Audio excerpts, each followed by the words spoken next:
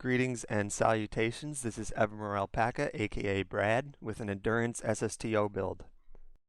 The original concept of this mission was just to fly to Laythe and then back to Kerbin. I had significantly more delta V than I needed, so I ended up picking up the destinations of Bop, Pol, and Minmus, which were chosen because they don't require much delta V. Most everything in this mission went right. There were a couple things I forgot. For example, the rover should have had a probe core on it so it could have SAS. It was somewhat difficult to drive without tipping over, but managed to get it done and still managed to redock the rover after each landing. I've tried to edit out a lot of this video to keep just the interesting or important bits. So once we get underway, we're going to be jumping from spot to spot. We start off with roughly the normal launch that I use. I've tried to keep the amount of engines used to a minimum, so this is about the lowest amount of thrust you could go and still get into orbit. We're going to stay at sea level until about 400 meters per second. This gives the Rapier air-breathing engines time to pick up some more thrust, so we actually have enough thrust to pick up speed while we climb. I climb at about 15 to 20 degrees angle of attack until I hit about 8 kilometers, at which point I'll level out and start to pick up speed. The goal at that point will be to get to around 1400 meters per second before we have to switch over to the closed cycle. Because the name of SSTOs is efficiency, we're going to be using the Rapier engines on closed cycle for as little as possible. This is also the only time in the whole mission where we're going to use the Rapiers on closed cycle. It's the one nuclear engine in the build is going to do the majority of the work here. That does mean we will have to do some low TWR orbital maneuvers, but you can get down to about 1 meter per second squared of acceleration and still manage to do all the ejection burns that you need to do. The plan for the gravity assists is to do a flyby of Eve, get back to Kerbin, do 2 successive flybys of Kerbin, and then there was one final flyby of Duna to get us onto an orbit that intersected with Jool. This allows us to save a lot of delta V compared to flying directly there. First step was to bring up Transfer Window Planner, which is an amazing mod, and I was able to plot an ejection burn that would get us onto a rendezvous with Eve. Due to the low TWR as a result of only having one nuclear engine, the ejection burn from Kerbin was spread out over 4 periapsis kicks. This took some trial and error to get a good ejection burn, but after 3 or 4 tries I finally got one. After quite a deal of trial and error, I was finally able to get an ejection burn that was close. As a result of having spread it out, there was still some inaccuracy in the ejection, and a correction was needed to get our Eve flyby. So here I am finishing the ejection burn, and we can see the periapsis is real close to Eve. In this case, I didn't want it to be directly next to Eve because I didn't want it to throw me onto an orbit that was still inclined. Now here we're seeing an example of a correction burn. There was gobs of correction burns in this mission, hundreds of them. I have not included most of them. And as I'm approaching Eve, I'm doing a final correction. Accuracy is super critical in gravity assists. Even a small amount can throw you onto a much different orbit. So here, you want to stack up as many flybys as possible. Here I was able to plan both the Kerbin and the Eve flyby at once. And again, accuracy becomes even more critical the more flybys you have plotted at once. Using precise node is absolutely critical if you want to do a gravity assist. So all that's set up, and we are ready for our flyby of Eve. This will not be as white knuckle as some of the other flybys, but it still looked pretty cool watching it fly on by. And we are back to the planet Kerbin. This will be the first of 2 flybys of Kerbin. We could theoretically keep using flybys to get to higher orbits. And after going around the first time, we are ready to plot our second approach. It seems counterintuitive that you could keep using a planet to get more and more energy, but we're essentially stealing energy from the rotational kinetic energy of Kerbin around the sun, so we could keep doing that as many times as we wanted. Now, normally, when people use this approach to get to Jool, you can get the orbit you need after the second Kerbin flyby. I was a little bit inaccurate, so after this second Kerbin flyby, I'm also going to plot a flyby of Duna to get the extra little bit of height we need to get to a Jool orbit. Duna isn't normally used because Duna is not that massive of a planet, but I didn't need that much more. I was close to the orbit I needed, and the flyby of Duna was just enough to get me there. It's always better with gravity assists to have your next rendezvous plotted before you do the flyby. The next best thing is just to make sure your flyby gets you onto an intersecting orbit, and then you can wing the rendezvous afterwards. In this case, I was not able to get a rendezvous with Jool immediately following the flyby, but it was on an intersecting orbit. As a result of this, after this Duna flyby, my Kerbal had to wait many years in orbit waiting for a close Jool approach. I'm sure he hated it, but it did get the job done. If I was better at gravity assists, perhaps I could have gotten that rendezvous right away. As we're coming into Jool, we don't want to waste delta V burning retrograde, so we're going to use Tylo as a brake. Tylo is the best for gravity assists. It is the gift that keeps on giving. We can see here I'm fine-tuning my approach to Tylo, and it will throw me onto an orbit in the Jool system. What makes Tylo so good is both that it has a lot of mass and that it has no atmosphere. As a result, we can fly much closer to Tylo than we could to Kerbin. Using Tylo makes getting around the Joolian system very easy. It makes ejecting from the Joolian system easy, and it makes doing this, getting into the Jool system and not flying out of it, very easy. Our first destination is going to be Pol. We're going to do Pol first because it's on the outside, and then make our way in, do Bop next, and then it'll be on our way to Laythe. The only real challenge in the Joolian system is that Tylo has such a big gravity well, is that it is sometimes possible to accidentally have a Tylo approach that will throw you out of the orbit that you wanted. This actually caused me some trouble, but after some restarts I was able to get a good rendezvous with Pol. What makes Bop and Pol such good destinations here is that they take almost no delta V to land on and take off again. Only a couple hundred both ways for both of these moons, and it just makes landing very easily. This is perhaps not the most dignified lander in the world. I am just landing vertically and then just tipping over on the ground. One of the challenges in building for this mission was designing a rover that would fit inside the Mk2 cargo bay and that could undock and redock.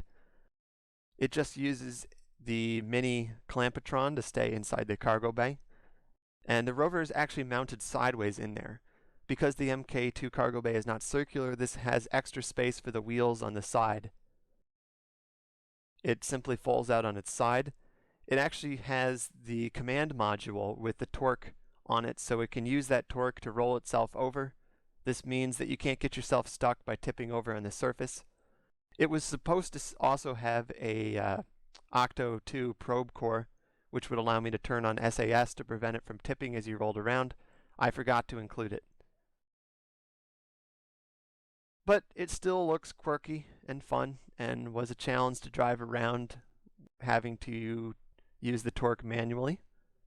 So we took this moment on the surface of Pol to make a little group photo with the mission, although it isn't much of a group photo because this is a solitary mission with Zelny. And here we will see the redocking process.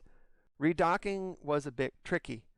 It needs to back in here, at which point I am going to tip it over using the torque from the command module. And then we're going to use the landing gear on the main craft to essentially kneel like your little city bus to allow the rover to dock. It's a little bit easier on these two moons as compared to Laythe, because since the gravity is low, we can use the suction on the clampetron to just kind of suck it right up into docking. I did include all the science experiments on this rover. This mission was done in a campaign that had already done all of the biomes, so I didn't bother too much with a big long rove, but you certainly could, and roving would be quite a bit easier if you include the probe core on your rover. After the bay is closed, we're ready to take off. Our next destination will be the moon of Bop, which is just a little ways over and will not take much effort to get to. In order to get an easy takeoff, I wanted to be using the thrust to fly up a slope and use that as a bit of a catapult, so I taxied down into the valley here. And then once we were facing upwards, we turn on the thrusters, and we're going to use this like one of those ramps on the aircraft carriers that you sometimes see. Doing the vertical landings and horizontal launches was something I was a little concerned about. I was worried that the terrain might make it difficult to take off. But I didn't have any trouble with this on any of the moons.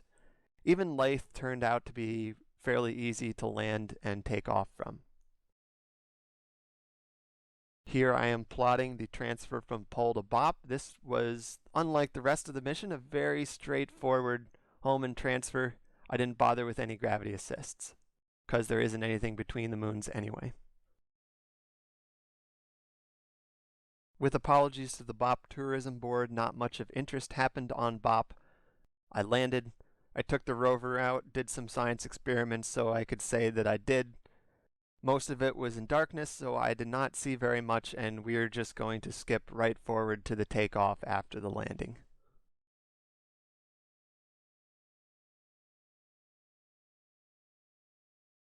As on Pol, I used a very dignified landing method of simply landing vertically and just tipping over. After a short roam and some science experimentation, so Zelny could say that she did it, we are ready to take off, and we're going to taxi over here to a good spot.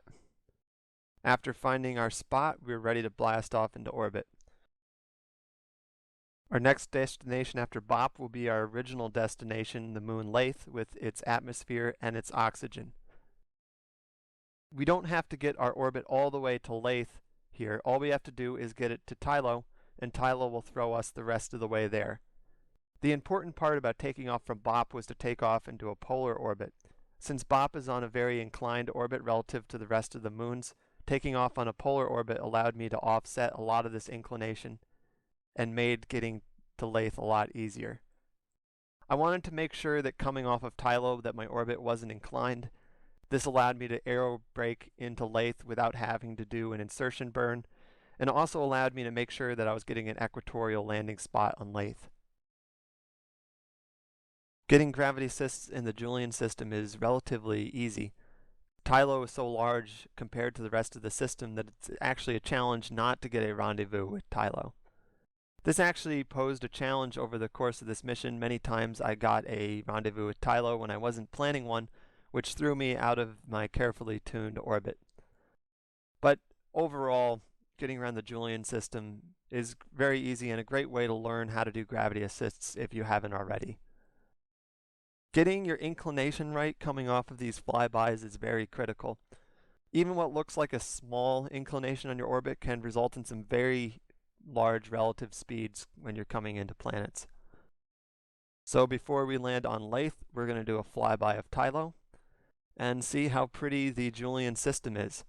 It's very easy to see a lot of moons in the Julian system. In a lot of cases, you can easily make out visibly the 3 inner moons as well as the planet itself. Since this flyby was tuned to get rid of any inclination relative to Laythe, I was able to merely use aero braking to slow down and did not have to do any insertion burns to get into Laythe. This is very critical because at this point I was starting to keep an eye on my delta V remaining and was not sure whether I would have enough delta V to land on Minmus or not. If you need to lose a lot of speed aero braking, you can fly through not in a controlled manner, but either sideways or spinning around. This will increase your drag and spread the heat out over multiple parts.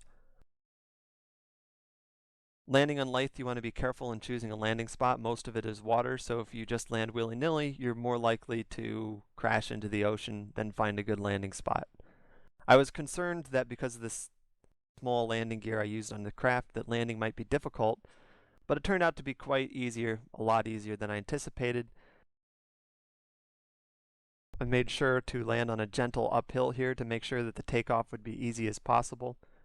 It was at this point that I could look at my fuel and be confident that I would actually be able to make it back to Kerbin. The question was, would I be able to land on Minmus or not? After rolling out the rover and doing a little bit of sightseeing and planting the flag, we're ready to make our way back home.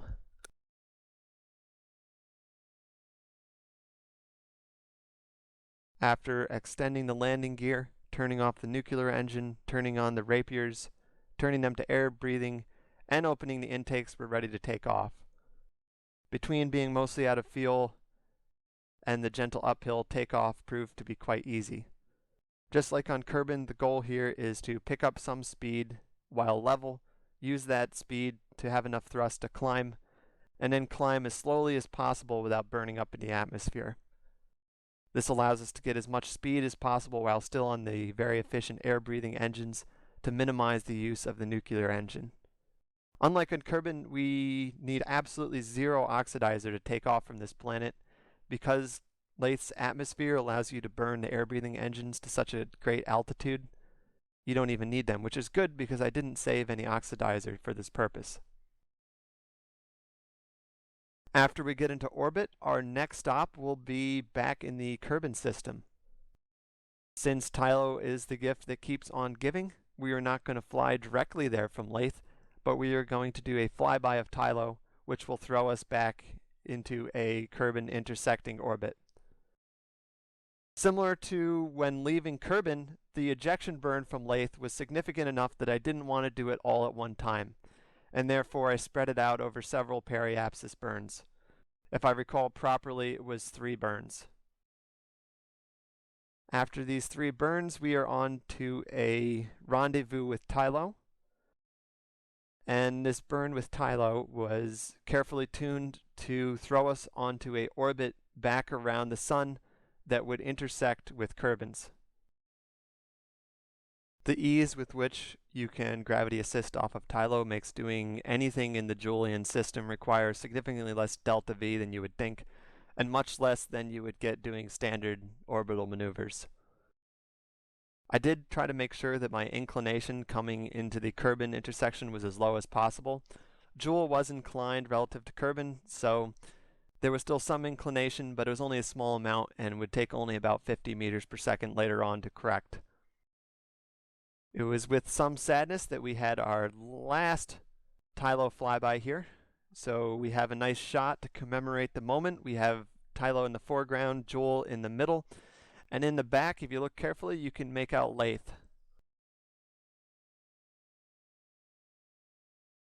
After one orbit of the sun, I was able to get a close enough approach to Kerbin that I was able to do a small correction burn and get a direct rendezvous. As mentioned previously, we needed a normal burn to eliminate the inclined angle. This came out to about 50 meters per second. Waiting for a different moment to leave Jool might have been able to eliminate this, but at this point I was pretty confident that I'd have enough fuel to land on Minmus and make it back, so I wasn't too much worried about 50 meters per second.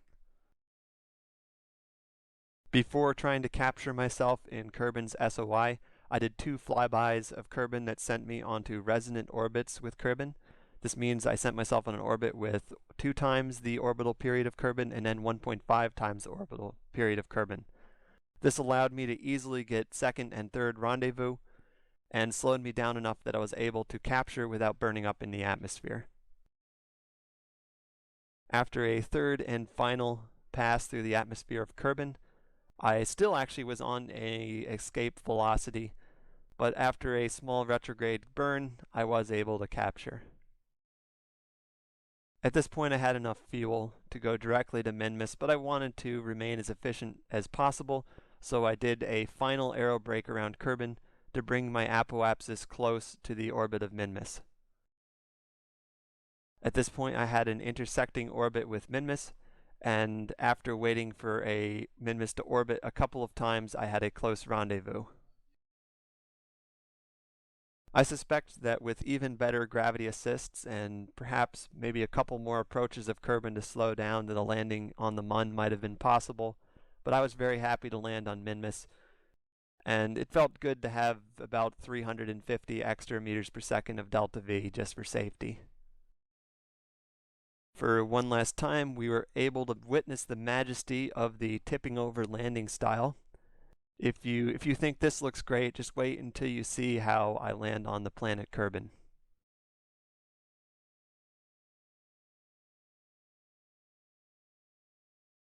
After a short science trip with the rover, Zelny was ready to redock with the ship for the last time and take a much-deserved trip home.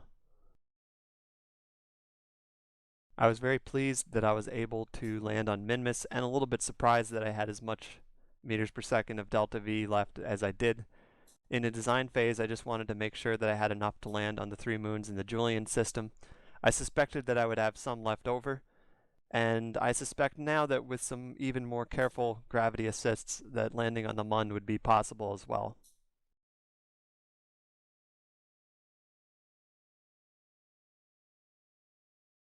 Since all the engines are located at the back of this craft, when it runs out of fuel, the center of mass moves backwards. In this case, it actually moves considerably in back of the center of lift. In the design phase, I decided not to rectify this because it created some other problems, but to equip the ship with some parachutes so it could land vertically.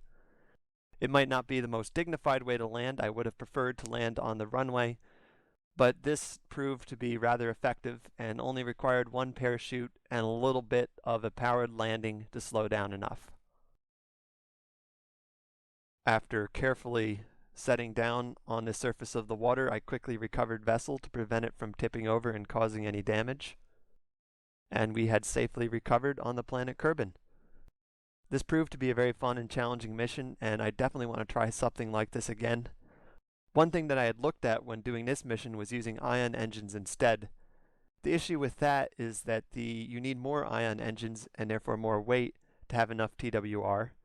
Also, since there is not much solar power to be generated around Jool, you need to bring along batteries and RTGs to run them. As a result, the weight of all these engines and batteries and generators make you bring a lot less xenon fuel than you can bring in liquid fuel in terms of mass. When I was spitballing the approach to this mission, I found that my total delta V possible with ion engines was actually less than using the nuclear engine. However, I think if you used a mission where you were refueling once in orbit, the ion engines would have a huge advantage and you could potentially land on quite a bit more. With the ion engine approach, you might need to bring along some conventional rocket fuel to give you some extra TWR, but with the huge efficiency of the ion engines, the potential is absolutely there. One could also do a mission like this using ISRU. I had already done a big Grand Tour ISRU mission, so I wanted to do this without any refueling. I hope that all of you have enjoyed this. Please feel free to ask me any questions in the comments, leave any suggestions. This is the first video I've done of this kind with a lot of voiceover, so please leave me your feedback on that. I hope you enjoyed watching and have a great day.